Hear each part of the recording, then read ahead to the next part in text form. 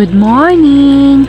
Magluluto po tayo ng labong na may alimasag. Hugasan po natin muna ang alimasag. Pagkatapos po, lulutuin po natin sa mahinang apoy ang alimasag hanggang po magiging kulay orange po siya. Lagyan po siya natin ng asin para po ma-absorb ng alimasag ang alat. Set aside. Pakuluan po natin ang labong at i-drain. 2 beses ko po ito ginawa para po walang amoy ang labong. Nabili ko lang po kasi sa palengke ang labong. Pagka na-drain na po, lalagyan po natin ulit ng tubig para po sa magiging sabaw at magpapalambot sa labong. Ang dami po ng tubig, halos pantay lang po sa labong. Hindi ko po tinodo ang tubig o ang pangsabaw kasi po may kakanggata pa po at pangalawang gata. Pagka malambot na po ang labong, nilagay ko na po ang okra.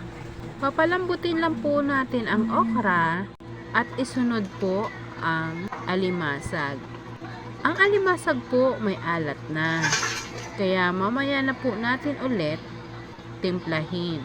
Isunod po natin lagay ang saluyot. Saglit lang po natin lulutuin ang saluyot para hindi po ma-overcook. Next ko po nilagay ang pangalawang gata para po madadagdagan ang sabaw ng ating labong. Tinansya ko lang po ang dami ng sabaw para hindi po mawawalan ng lasa ang ating labong. At next ko na din po nilagay ang kakanggata para po maging creamy ang ating ginataang labong. Pag nailagay na po ang kakanggata, hayaan lang po natin kumulo ito na mga 3 minutes or more. At timplahan po natin ayon sa gusto nating lasa. Kasi po, ang alimasag, meron na po yun alat.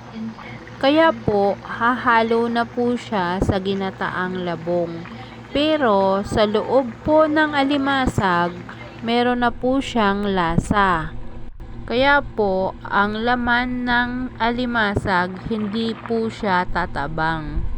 Yan po ang sekreto para po malasa pa rin ang alimasag kahit na nilagyan po siya ng gata o ng sabaw. Please subscribe by YouTube. Thank you for watching.